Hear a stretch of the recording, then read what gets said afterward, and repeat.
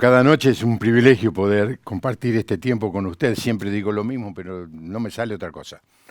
Y hoy vamos a ir en tren y tenemos el privilegio de tener con nosotros al motorman, al conductor del tren de la vida. Eh, Hace mucho que no subo a un tren yo, pero cuando yo era chico y joven y estaba de novio, viajaba mucho en tren. Claro, es los trenes de ciudad. Eh, Uno no sabía quién manejaba el tren. Pero en este caso hay un tren de la vida y ahora vamos a conocer al conductor, que no sé por cuántos años ha estado manejando y no se jubila. Julio Pérez, mi amigo de Barcelona, con nosotros en esta noche. ¿Qué tal, Julio? Estar ahí contigo. Este tren, sabes, es un tren épico porque llega hasta Argentina, hasta el Polo Norte, Polo Sur, en cualquier parte. Ahí llegamos. Ahí llegamos. ¿Cuántos años? Cuidado, 32 años después, estamos 32 años reales semanalmente con este magazine de 3 horas diarias que se oye por más de 100 ciudades españolas, o sea, cada semana. Qué bárbaro, qué bárbaro. Tenido el privilegio de estar allí. Algunos ya han hecho una solicitud de que no me inviten más, porque cuando voy allí Julio me hace cantar un tango así, y entonces dice, por favor Julio, no lo invite más, ese hombre desafina mucho. No, Eh, no, que es un placer siempre. eh, Eres caro de ver, pero cuando te vemos nos alegramos mucho. Disfrutamos mucho de tu compañía. Julio, eso es parte de la radio Sí, que dirigís allí en Barcelona, ¿no? sí, sí, es parte de la radio. La emisora se llama Onda Paz. Onda, Onda Paz Radio. y, Onda Paz Radio y es una emisora que se oye en toda nuestra región, en Cataluña. Y luego este programa, el Tren de la Vida, se oye en todas, bueno, en las principales ciudades españolas, en las islas, en más de 100 ciudades principales de España y todas las semanas. Y ahí pues estamos ya 32 años. Empezamos en el 92 en vísperas de las Olimpiadas de Barcelona, justo cuando estábamos a punto de las Olimpiadas, en primavera empezaba este programa, arrancaba, ¿no? Y ahí hemos estado pues sin faltar a la cita cada semana. cada O sea, semana. Es una vez por semana, ¿no? una vez por semana, 3 horas, Sí. el magazine de entrevistas sobre actualidad, curiosidades, cuestiones de interés para todos, emergencias como la que estamos viviendo ahora. Ujú. También no estamos ahí sobre el terreno para ser una voz de ayuda social también. Sí, vamos a hablar un poco de eso. Si alguien quiere escuchar la emisora, por ejemplo, yo la quiero escuchar. Antes era imposible decir, ¿no? Pero ahora Sí. es posible porque posiblemente se transmita por internet, esté subida la señal de streaming a internet. ¿Es posible eso? Es posible, mira, yo te voy a poner aquí, ahora donde aparece mi nombre, voy a poner el cómo poder onapau.cat. Fíjate aquí, Ahora el técnico va a leer eso y lo va a poner en la pantalla. Así que, Julio Pérez, directores de la vida, www.onapau, que es catalán, es un nombre traducido al catalán, .cat, que es la abreviatura de Cataluña. ah, Punto. Ahí nos están escuchando también hasta en la Luna, en Marte, en Júpiter, llega a todas partes. bueno, eh, ahí ya está saliendo en pantalla y seguramente la audiencia va a poder aprovechar esta oportunidad. Yo lo voy a tomar porque a veces digo, ¿qué escucho? Y entonces esto es tremendo, ¿no? Que uno en cualquier parte del mundo pueda escuchar a emisoras de cualquier parte del mundo. ¿Quién Eso. nos lo hubiera dicho cuando éramos niños? Sí, sí, sí. Solo los cómics, ¿no? De Eternauta o Asterix hacían, imaginaban un mundo como el que tenemos hoy. Sí. Julio, yo sé que alguna vez nos dijiste, eh, pero el público número uno se renueva y dos, creo que fue en un programa que hicimos hace varios años, varios años. Pero me contaste cómo fue tu entrada al mundo de la fe. ¿Cómo es Y, que naciste en una familia cristiana? ¿De qué religión eran? Eh, ¿Dónde naciste? Contanos un poco tu historia, Julio. bueno, yo, mis padres, mi padre él no era creyente, mi padre era un hombre ateo. Mi madre era una mujer católica, del catolicismo este popular, ¿no? Bueno, yo me convertí a Jesús ah, en 1972. Todavía Franco, el dictador, estaba vivo, murió en el 75, y yo era un chaval de 18 años, un chico jovencito, 18 años. Yo vivía bueno, vivía en el centro de la ciudad, en los suburbios de Barcelona, centro ciudad, pero la parte de suburbios de la ciudad. Y allí yo tenía, bueno, pues vivía en la época de la época Beatle. Yo tenía pues mi melena Beatle, mi camisa. Recuerdo cuando yo fui el primer día a visitar una iglesia evangélica con un amigo que estaba en el otro extremo de la ciudad. Yo iba con una camisa Elvis satinada, de cuello así, de cuello alto, verde muy bonita, me acuerdo, y un pantalón acampanado blanco, muy llamativo. Y bueno, pues yo allí entré con toda esa indumentaria de la época, y la melenita así, Beatle por aquí. Y entonces mi amigo, el que me llevó, era un chico que había tenido problemas con la droga, con la heroína, y Ujú. había salido del problema. Y entonces me llamó mucho la atención su testimonio. Y entonces yo me sentí atraído por esa experiencia de él, y fui a escuchar la palabra a esa iglesia evangélica. Cuando yo llegué allí, yo vi a la gente, era una asamblea de hermanos, manos libres, como conocimos nosotros, pero era una iglesia bellísima. Bueno, lo descubrí a medida que estuve yendo. Y yo cuando vi a la gente tan amable, tan cercana, tan fraterna, y yo decía, pero esto no puede ser, esto es un paripé, esto debe ser un montaje de la gente para que te quedes aquí, ¿no? Y no, no, no, me di cuenta que la gente era genuina, era auténtica, y que era muy, muy fraterna y muy cercana. Y bueno, el predicador que hablaba por la tarde pues me llegó, pero no tomé ninguna decisión. Me llegó porque yo nunca había escuchado el Evangelio de esa manera tan directa a la Ujú. conciencia.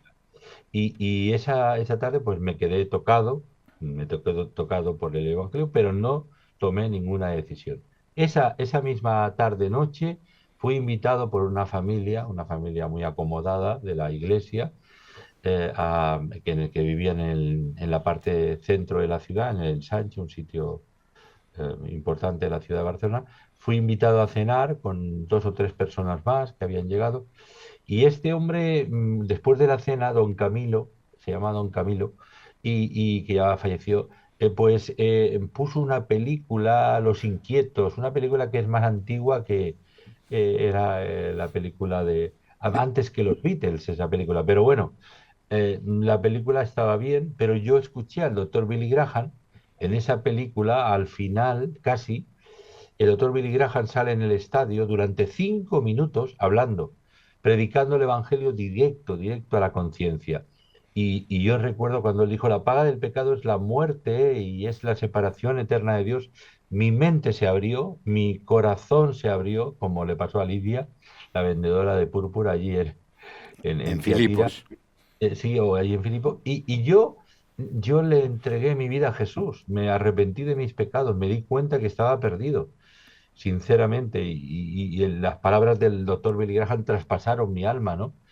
De hecho, recuerdo cuando vinieron aquí en el 2015, que hicieron una campaña Franklin y compañía, y tuve oportunidad de hablar con ellos, con él y con otros del equipo. Tomaron mi testimonio como para su revista, porque yo me había convertido escuchando al doctor Billy Graham. Ujú. Y entonces, y a partir de ahí, pues empezó mi historia. Mi padre era un republicano, exiliado en Francia, bueno, con una problemática familiar y tal, y un hombre duro, un hombre también problemas con el alcohol, y bueno, no, mis hermanos también con muchos problemas. Yo era el penúltimo de 7 hermanos también, y mi hermana más pequeña. Y mi padre era un hombre que no hablaba con nadie y no hablaba con los hijos, los que estábamos en casa todavía.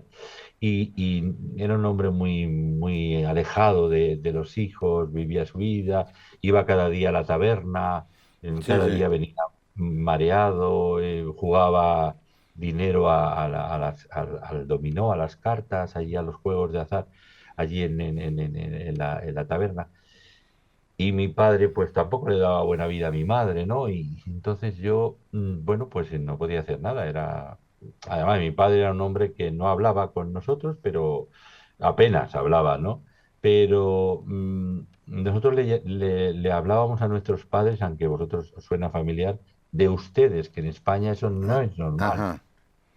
Usted, mi madre, usted.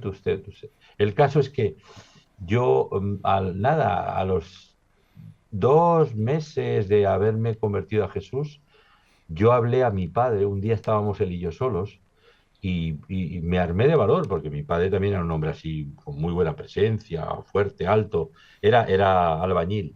Y entonces me armé de valor y dije: papá, perdone, usted, le quiero decir algo, quiero decirle algo a usted. Mi padre se quedó petrificado, como diciendo: pero qué, este mocoso me va a decir a mí. Bueno, no era mocoso, tenía 18 años, pero que él no apreciaba nada. Y se me quedó mirando fijamente y dijo: ¿qué quieres? Digo: mire, que usted le da muy mala vida a mi madre, que nos trata muy mal a todos, que no nos quiere, que no habla, que es un padre, que no tenemos padre. Y mi padre se queda mirando, insólito, no se podía creer lo que yo le estaba diciendo. Y yo me quedo mirando a mi padre, es que me emociona. Y mi padre empezó a llorar. Nunca en mi vida habíamos visto a mi padre así. Y mi padre empezó a llorar desconsoladamente, porque era un hombre así como pétreo, bastante duro, aparentemente. Y empieza a llorar, y yo voy y me abrazo a mi padre y digo: papá, no puede ser, esto no es vida, esto no. Mi padre ese día entregó su vida a Jesús. Y mi padre, y vino mi esposa, que también que la quería mucho, ¿no? Que éramos novios, ¿no? Y habló y oró con él, y bueno, fue una cosa preciosa, y ahí pues empezaron a haber cambios. Hasta hoy, muchos años después. Qué cosa hermosa, ¿eh? Qué cosa Sí, hermosa. Voy a aprovechar tu historia ahora, pero antes sí, querer explicarle a la audiencia la película Los Inquietos. Eh, sí. Era una película en blanco y negro Sí, eh, sí, sí. y que cantaban, por ejemplo, esta canción. Uno es el camino de llegar feliz, qué precioso suelo, el de mi país. Tanto. ¿Te acordás de eso? Bueno, De la humanidad. Sí, en la playa que estaban cantando. exacto, exacto. En la Y playa, después, sí. después allí, música de Ralph Carmichael. Y Exacto, exacto. yo su gloria en los astros vi, en el Y cielo su... Bueno, Dios, toda es música que revolucionó el cancionero de las iglesias. sí, sí.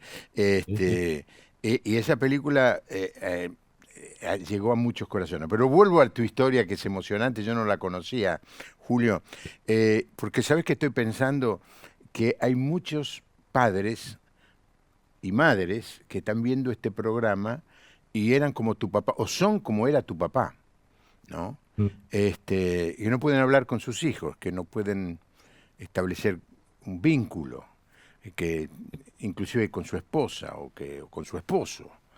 Eh, y tu testimonio es muy fuerte. ¿Qué le dirías a un padre que se parecía o se parece hoy a lo que era tu papá en aquella época? Mi padre era un padre ausente, de todo, de la familia. Mi padre estaba traumatizado por la Guerra Civil Española. Ajá. Había sido un republicano exiliado. Mi padre estuvo un tiempo en un campo de concentración, 2 años. Se escapó con unos cuantos del campo de concentración, y huyó a Francia, al norte de Francia, a Nimes. Y mi padre estuvo 9 años desaparecido allí. Mi madre creía que había muerto. y fue cuando salió del campo de concentración de alemán, que escapó porque lo recogieron los alemanes que estaban en connivencia con Franco y entonces pues él huyó y estuvo allí. Estaba amargado, se refugiaba en la bebida porque era un hombre amargado de la vida y muy amargado. El caso es que era un padre totalmente ausente, ¿no? Pero cuando hablamos, yo me armé de valor porque para mí era imposible pensar que iba yo a hacer eso, pero como yo experimenté el nuevo nacimiento, experimenté el nacer de nuevo, y eso me cambió la vida, pero de dentro hacia afuera, ¿no? Y me armé de valor para hablarle a mi padre, sobre todo a él, porque veía que era a mi padre y a mi madre, a mis hermanos, y a poco a todos.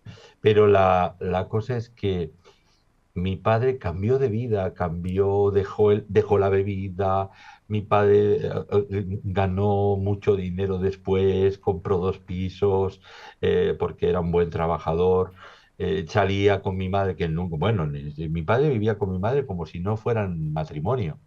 Entonces, el caso es que luego salían, nosotros teníamos una casa en la montaña, mi suegra también, muy bonito, aquí cerca de Barcelona, en una parte muy bonita, y ellos iban allí de vacaciones durante unos meses, por un sitio muy bonito, luego y salían con lo que se llama aquí el inserso, o sea, cambiaron de vida Mm. totalmente porque mi padre fuese, aunque parecía duro, indiferente, su mundo secreto era este, pero mi padre tenía un camino hacia su corazón. Y yo ni me imaginaba que mi padre iba, yo creí, confiaba en que, yo qué sé, que fuera capaz de escucharme, por lo menos. Entonces, y no, no fue más que eso. Mi padre era un hombre que se derrumbó, se vino abajo y era porque en el fondo estaba atrapado, estaba encerrado en una cárcel y salió de ella y salió para siempre y fue un hombre diferente, completamente nuevo. ¿Participaba en la iglesia con vos, así?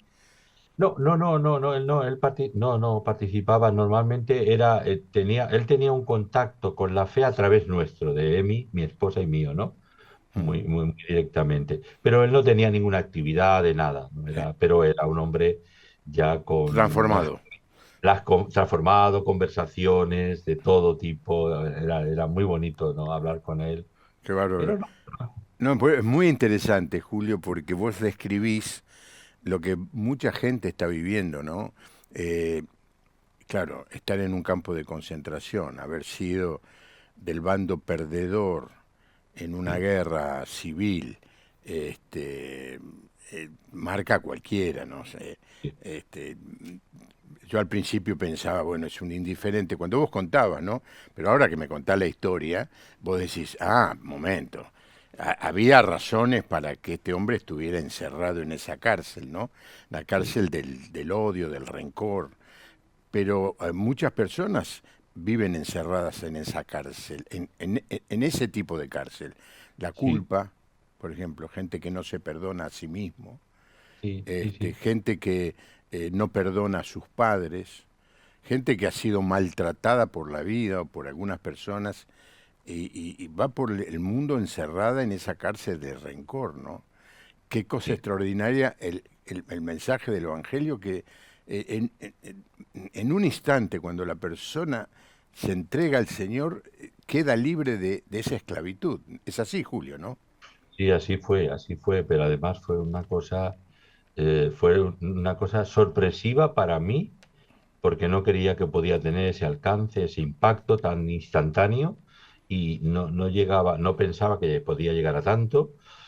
Aunque yo había orado al Señor y le rogaba y llorando al Señor, Señor, por favor, ayúdame a hablarle a mi padre, que él me escuche, porque él normalmente no escuchaba y no quería saber nada, menospreciaba a los hijos, apenas decía, era monosibálico, silábico, ¿no? Decía, "Pues, 4 cosas así, de vez en cuando.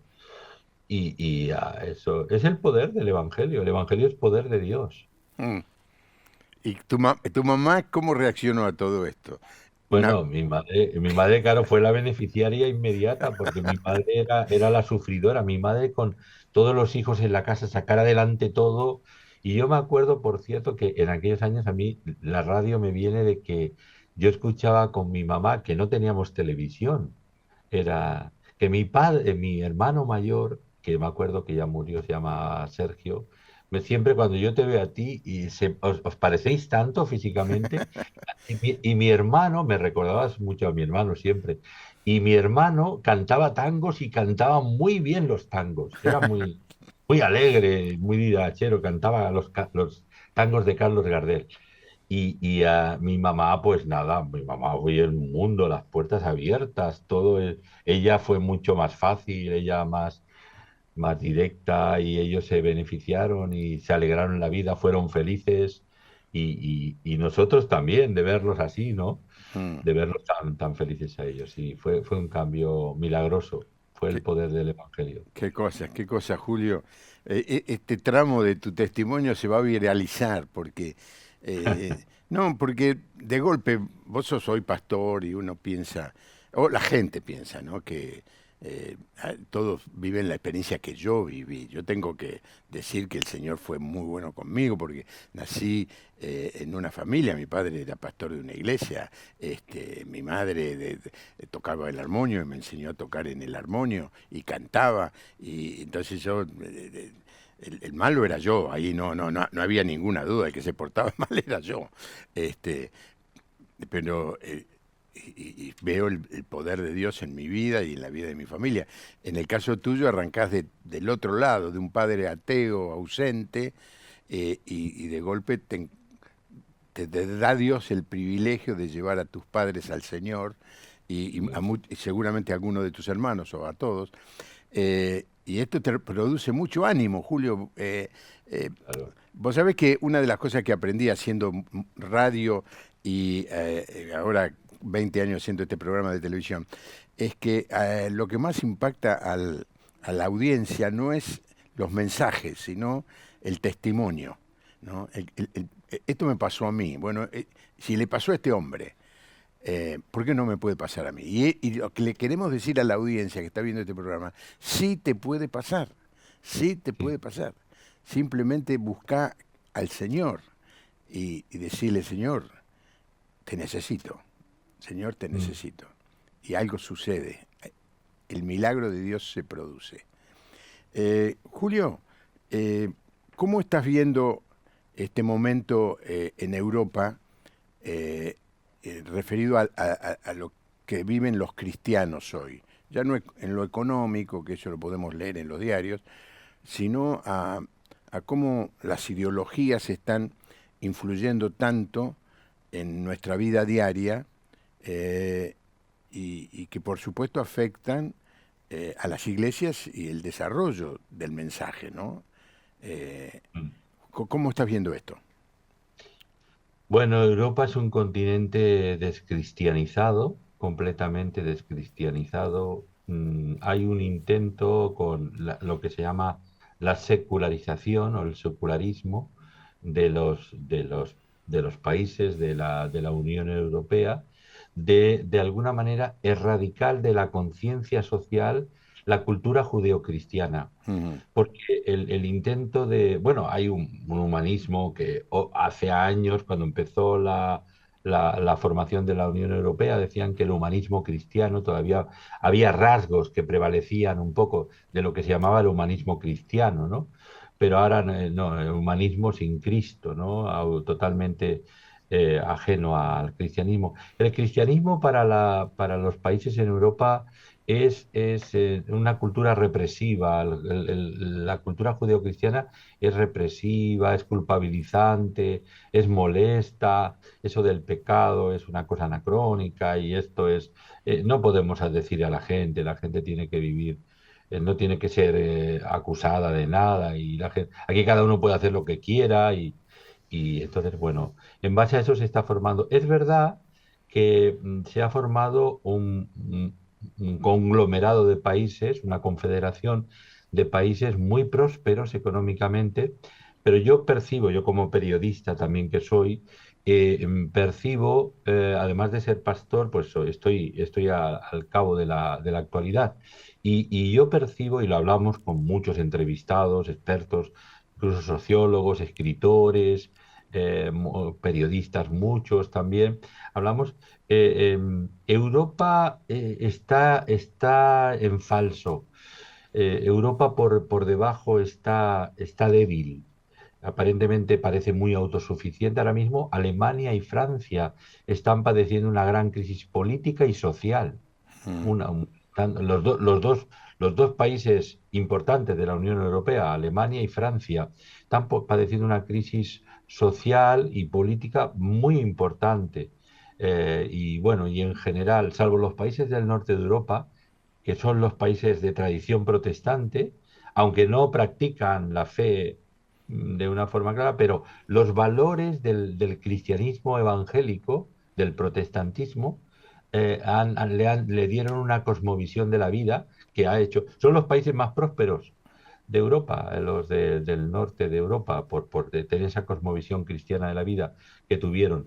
Pero en general en Europa, es cartón piedra, quiere decir, no, en cualquier momento Europa que parece tan segura de sí misma y que tiene un bienestar económico importante y lo tiene ahora, y uno no quisiera que pasara yo desde el punto de vista del bienestar social, ¿no? Pero Europa en cualquier momento puede tener, hay una amenaza de crisis, sobre todo, evidentemente ahora la ultraderecha está avanzando mucho también porque hay cosas que están mal y entonces la ultraderecha está creciendo mucho y se está tambaleando la estabilidad europea. Y luego la falta de unidad cada vez es más creciente. O sea, quiere decir que Europa, que es el continente aparentemente más estable del mundo, incluso más que Estados Unidos, lo ha sido en cuanto a estabilidad política, social, económica, es quizá el continente más rico del planeta, ¿no? Europa no está, parece sí, pero no. Europa está, de alguna manera, se está social y espiritualmente, por supuesto, se está descomponiendo Ujú. muy lentamente. Es una agonía lenta, pero está produciéndose. Y Sí. no sé a dónde nos va a llevar esto. La ideología que habla de que hay que deconstruir esa tradición judeocristiana, ¿no? Quisiera explicarlo de la tradición judeocristiana o pedirle a Julio, porque muchas veces se dice eso. Y aquí en Latinoamérica hay lo que se llama o existió lo que hoy se recuerda o se menciona como un grupo que permanece, se llama el Foro de San Pablo, en donde, eh, bueno, ellos anunciaron el fin de esta cultura judeocristiana y utilizaron la palabra deconstrucción. Hay que deconstruir esa cultura para construir algo supuestamente nuevo, pero que nadie sabe bien qué es.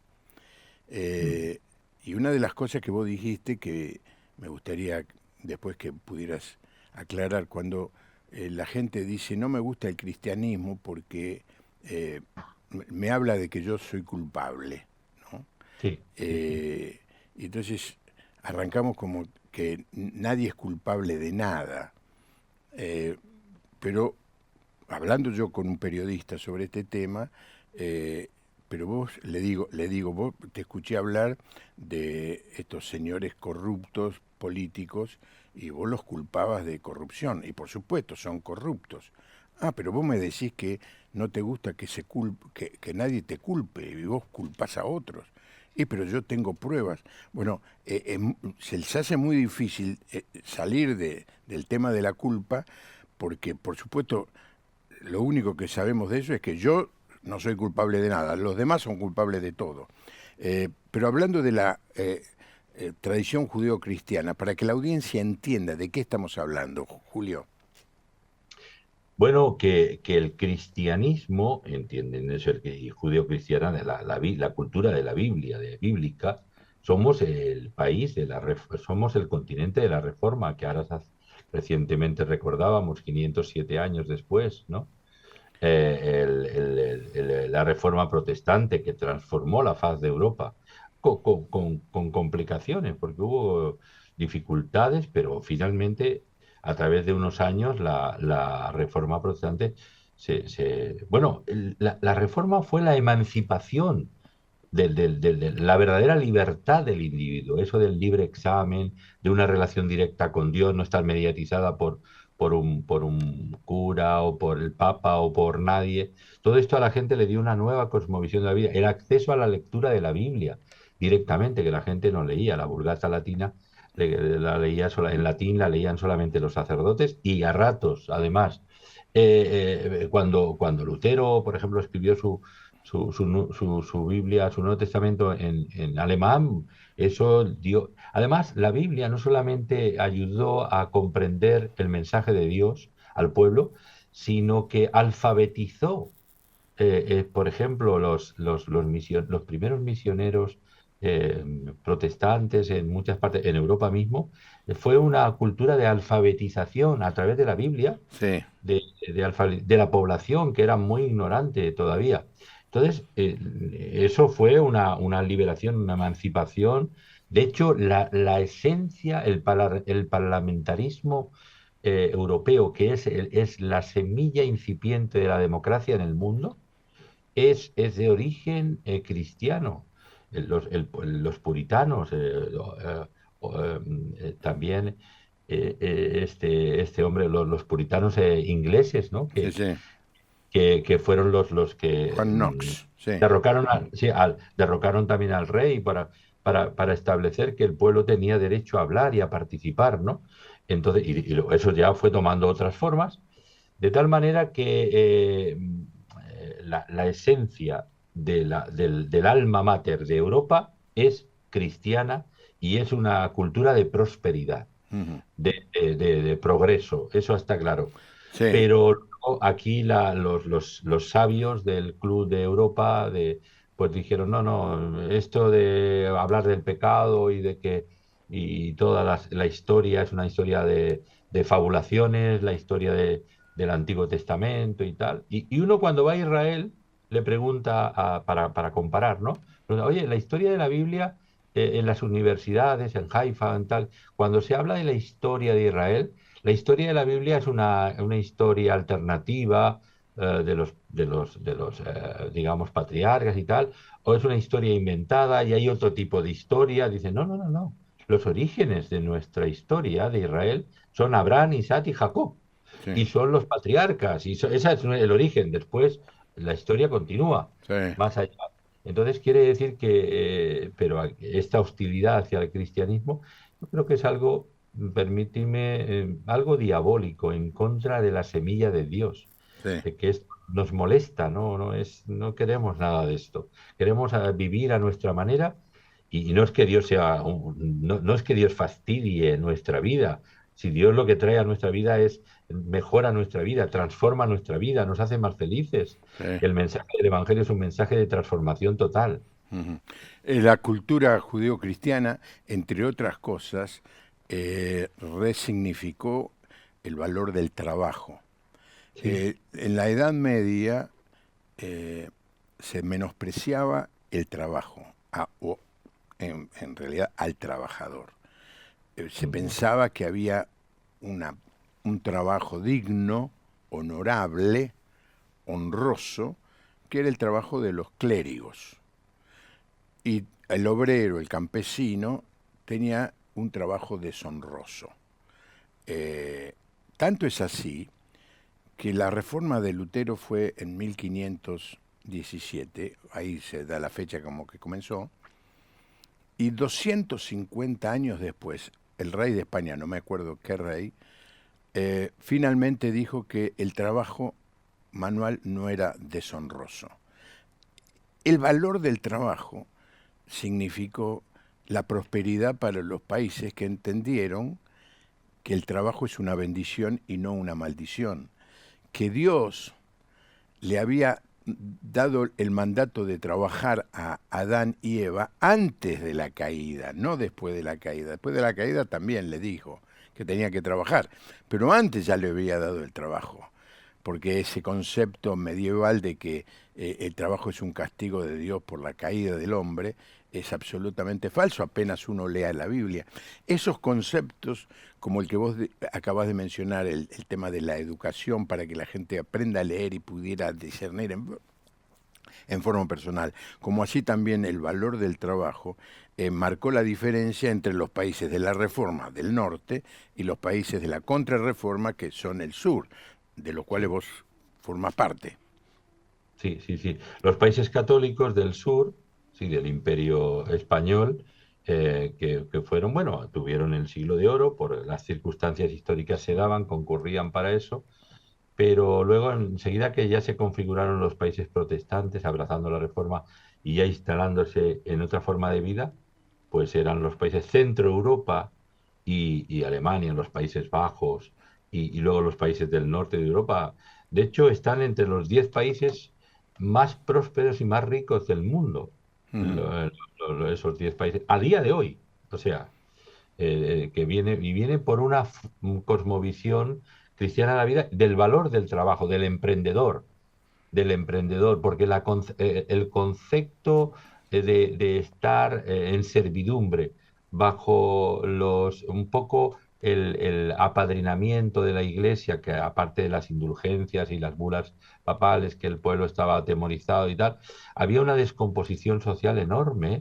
Y entonces cuando el protestantismo le da al hombre, lo realza a una posición de privilegio, de relación personal y directa con Dios, el sacerdocio universal de los creyentes, que todos podemos, cualquiera puede tener acceso a una relación directa y personal con Dios a través de la fe en Jesucristo y del perdón de los pecados, y eso te libera a ti mismo, te libera de tus pecados, te libera de tus miserias, te transforma en una nueva persona, y eso es un milagro real, interior, que pasa en la vida humana cuando Ujú. uno recibe a Cristo como Salvador.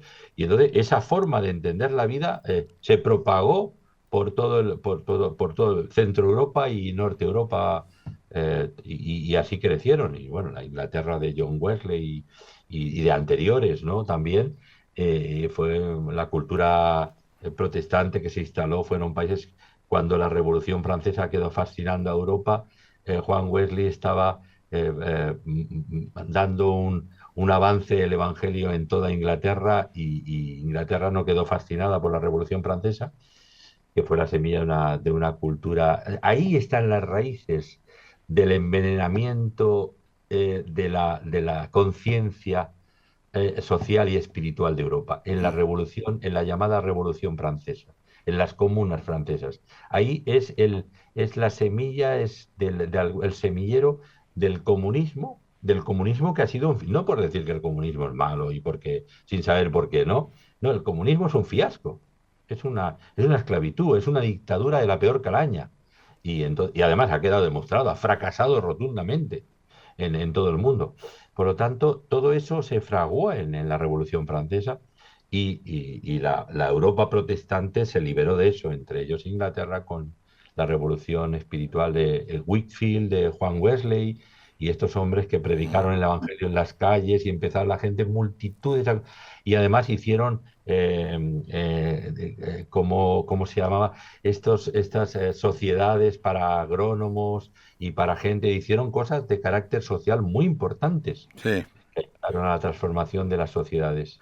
Bueno, espero que la audiencia ya entendió un poquito. Cuando decimos la cultura judeo-cristiana, es porque los principios de la palabra de Dios, tanto del Antiguo como del Nuevo Testamento, comenzaron a ser aplicados a la vida diaria.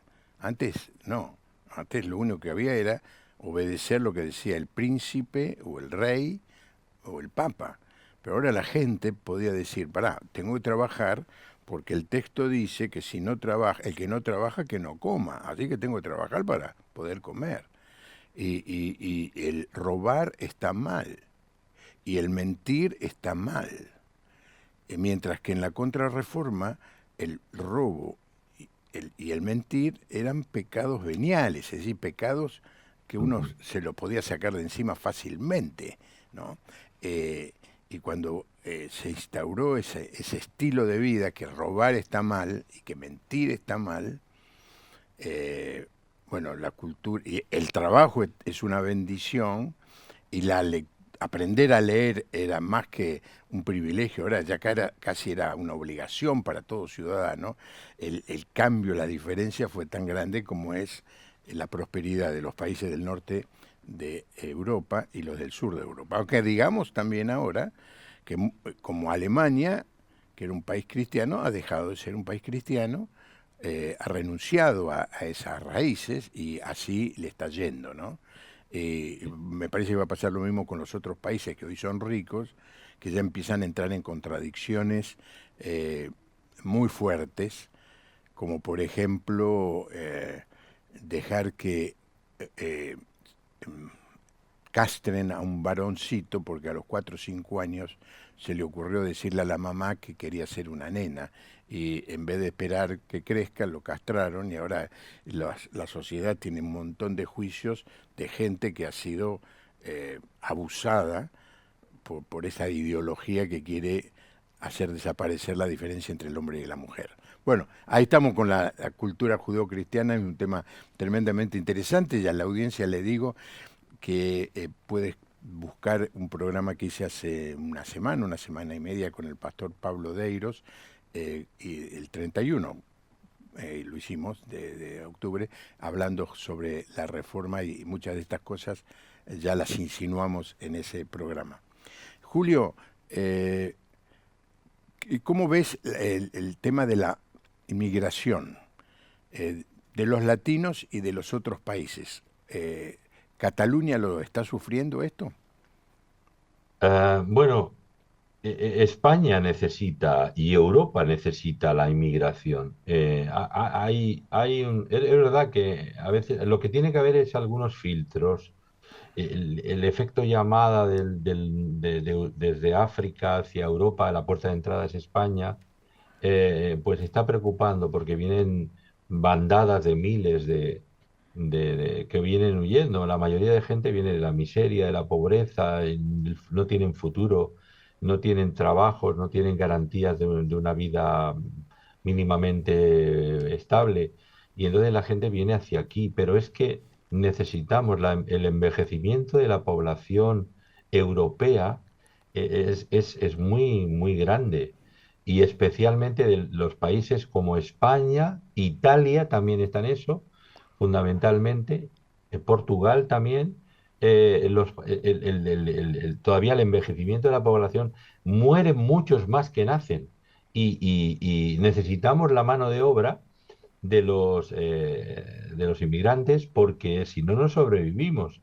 No se puede, el sistema de la seguridad social no se puede mantener, y luego los puestos de trabajo. Luego lo que hay que crear, se está trabajando más o menos en eso. Lo que pasa es que los partidos de ultraderecha, es verdad que hay que racionalizar el tema de la llegada de los inmigrantes. Hay que crear filtros que no siempre están. Pero necesitamos a los inmigrantes. Siguen llegando. España ahora, el último dato ha subido por los inmigrantes casi a 49 millones de habitantes. No hace mucho eran 49 millones es el último dato de esta semana. Y sobre todo latinoamericanos, subsaharianos y de otras latitudes del mundo que vienen también a España.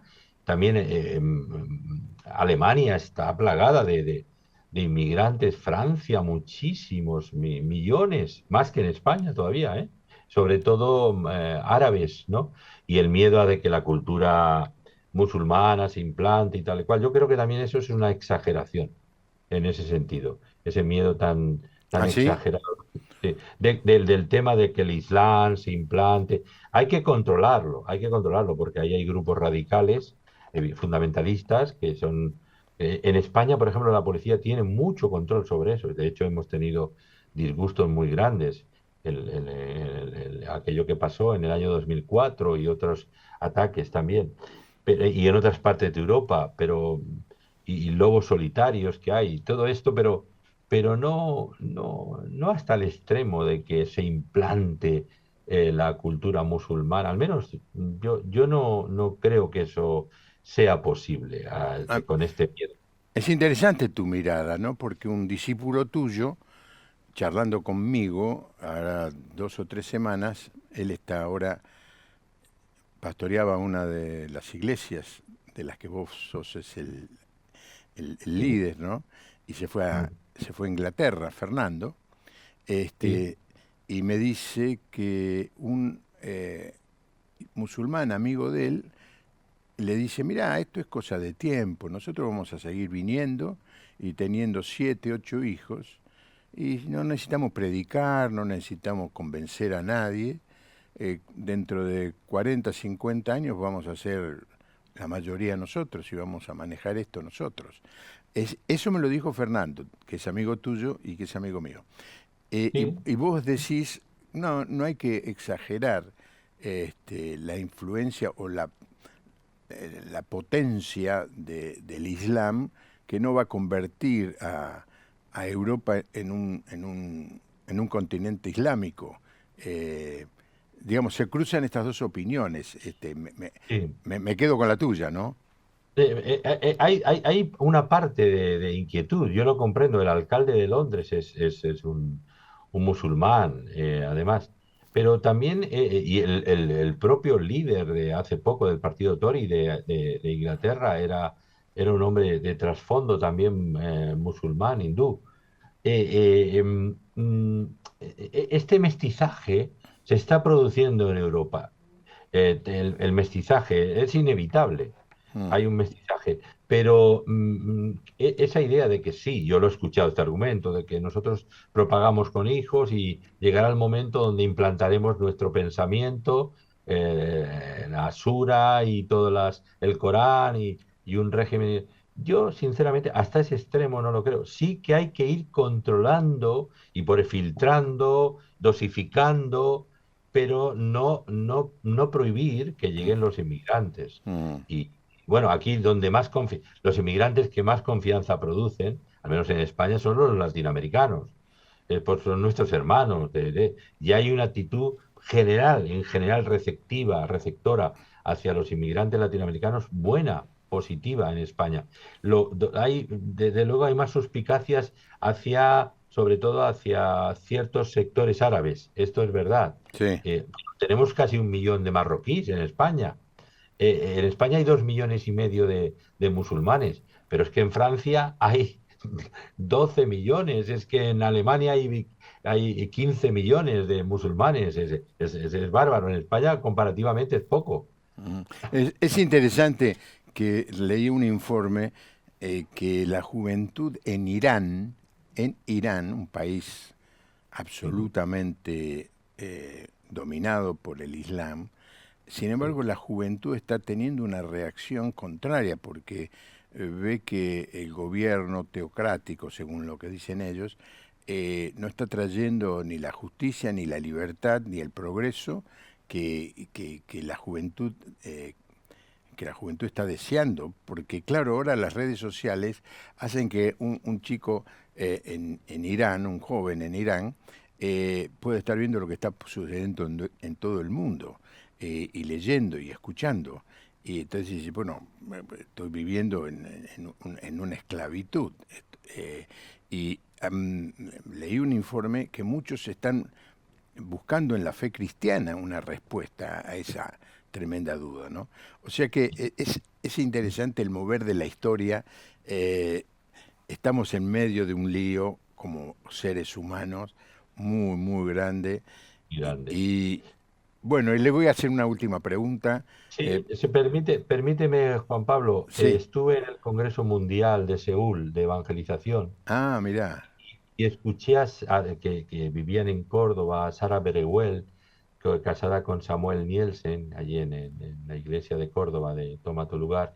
Ellos eran miembros, ahora se han venido a vivir aquí a España, a Barcelona, a Sant Cugat, una ciudad.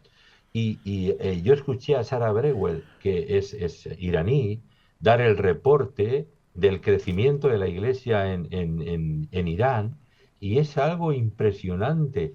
Hay subterráneamente un auténtico avivamiento Ujú. de miles de conversos al cristianismo, a la fe en Cristo, porque evidentemente y hay una crisis que se quiere de alguna manera tapar como se pueda en Irán, que va a estallar por alguna parte. Los ayatolás están en crisis, esto va, antes que pete la bomba atómica, van a petar ellos, políticamente hablando, porque está muy difícil. Y el cristianismo, y en un país así, está creciendo, pero de una forma acelerada. Ujú. Y era muy interesante escucharlo, ¿no? Sí, bueno, qué bueno, estuvo mi hija también allí. Sí, Eh, sí, sí, sí, sí, sí, sí, comimos a Daniel también. sí, Daniel Bianchi, que va a estar con nosotros en el programa eh, en alguna de estas noches. Eh, ¿Y qué de tu mirada escatológica? Ya hiciste una descripción de lo que pasa en Europa, eh, pero hay algunos, y con buena intención, que están pensando que, bueno, estamos en los últimos tiempos. ¿Vos pensás eso, Julio? Yo creo que estamos en la antesala de los últimos tiempos. Por ejemplo, nosotros tenemos la visión del cuadro completo, no la tenían ni Pablo ni el visionario Juan del Apocalipsis, y menos Daniel. Ellos lo veían parcialmente y veían en parte y recibían la inspiración y revelación de cuestiones proféticas escatológicas, teniendo una visión, bueno, en nuestro caso yo, el dispensacionalismo progresivo, ¿no? Con algunos matices también. Lo que me alineo en este sentido. Yo creo cuando yo escuchaba en Seúl que fue sensacional, y ¿sabes cuál es el resumen de lo que yo vi todavía, aparte de que fue trepidante aquella semana estar allí y disfrutarla? Estamos ganando el cristianismo, el avance del cristianismo, con dificultades, oposiciones, iglesia perseguida, 360 millones, y como nunca en la historia de la humanidad y del cristianismo, estamos ganando, estamos avanzando, excepto Europa, que es el continente más frío del planeta espiritualmente hablando, pero estamos avanzando de tal manera que yo veía el tema, se mencionó muchas veces, y este Evangelio del Reino será predicado en el mundo entero para testimonio a todas las naciones, en Mateo 24, 14, y es verdad, estamos a punto de alcanzar todos los rincones de la tierra en una generación. Las organizaciones misioneras, yo soy parte de la dirección de una de ellas, y las sociedades bíblicas, las otras organizaciones misioneras, estamos a punto con todo el potencial tecnológico y humano y recursos que tenemos ahora, estamos a punto de alcanzar todos los rincones de la tierra que Mateo 24:14 preconiza, cuando dice todo el mundo entero, testimonio que unos aceptarán y otros rechazarán, pero el testimonio en una misma generación alcanzará los confines de la tierra, y nos olvidamos de la última parte, puntos suspensivos, y entonces vendrá el fin. Quiere decir, no sé cuándo, podemos ver la temporada de estas cosas, no el día ni la hora, pero el fin de todas las cosas se acerca en no sé cuánto tiempo, pero y el evangelio tiene que ser predicado a la luz. ¿Qué pasaba en la iglesia primitiva? El mensaje Maranata, que Pablo estaba tan emocionado, llenó toda Eurasia del evangelio, pero él mismo fue el que promovió el clamor Maranata, Maranata, el Señor viene, y en su generación no vino, pero sí que estaba recibiendo palabra de revelación acerca en parte de los últimos tiempos, ¿no? El propio Pablo. Pero ese anhelo de la venida del Señor en el mundo de entonces, que tenía entre 180 y 200 millones de habitantes, ahora tenemos 8.000 millones. Y ahora el Señor está más cerca que nunca. Y además tenemos lo que ellos no tenían, la visión del cuadro completo. Sabemos por el mapa que eso no está lejos. Ahora, evidentemente, yo creo que la iglesia, eso te renueva, eso te Sí. empodera, te anima, y nada más que eso, nada más y nada menos. Mm. Así, qué linda experiencia, ¿no? He hablado con muchos que estuvieron en esa conferencia, pero ninguno me expresó este fervor que me expresás vos, Julio, de optimismo, que estamos ganando. Bueno, Estamos, no nos durmamos en los laureles, ¿no? no. El partido todavía no terminó. Mm. Y no es que queramos llegar a los penales, pero hay que seguir extendiendo el reino de Dios a diestra y siniestra, ¿no? Oye, quizá alguien está viendo el programa, escuchando, y dice, bueno, ¿qué puedo hacer? Apoye cualquier movimiento, cualquier actividad que sea evangelizar, porque uno no sabe lo que sucede en un pueblo en Latinoamérica y que Dios mueve allí a gente que de golpe sale y se va hasta el fin del mundo. Y entonces usted que es de Latinoamérica dice, ¿yo qué tengo que ver? Evangelice gente en su barrio, en su pueblo, en su ciudad, porque quizá uno de esos que usted gana para el Señor se convierte en el misionero que va a ser el que va a llegar hasta lo último de la tierra. Y cuando esto suceda, dice el texto, será el fin. Y entonces yo anuncio el fin de esta hora de programa con Julio Pérez. Gracias, Julio. Vamos a repasar las redes sociales para que la Mm. audiencia pueda, eh, entre otras cosas, seguir, ¿no? Tenemos el programa de radio, que haces todas las semanas, se llama El Tren de la Vida. Sí, Y debe estar en Instagram, no sé, sí, en Instagram y en Facebook, por Facebook Live, también cada semana, a sí, través de sí, www.onapau.cat, C-A-T al final, que es la abreviatura de Cataluña. exacto. Bueno, eso Onapau.cat. ahí lo vamos a poner, lo estamos poniendo, y con eso la gente te va a seguir. Yo ya lo anoto y voy a escuchar esa hermosa emisora que cuando voy no me pide que predique, me pide que cante tango. Bueno, esa es la fama que me hice. Y más cosas, y más cosas. Tú cuando vienes a casa, te digo, Juan Pablo, haz lo que quieras aquí. Gracias, Julio. Un gran abrazo a toda la gente allí que nos quiere en Cataluña. Y Gracias. decime, a veces ponés programas de la puerta abierta en la radio, ¿no? Lo tenemos semanalmente. Tu programa está semanalmente. Hay un día, un programa semanalmente que está saliendo. Mirá, Sí. bueno. Así que espero que salga este también. Le mando saludos a toda la audiencia de España. Gracias, Julio. Un abrazo muy afectuoso para ti y para toda tu audiencia, Juan Pablo, querido. Quédate ahí conectado que después charlamos un poco. Yo me despido de usted, eh, como cada noche, privilegio haber compartido esto y nos encontramos mañana a las 9 de la noche aquí en La Puerta Abierta para Canal Luz. Que Dios le bendiga.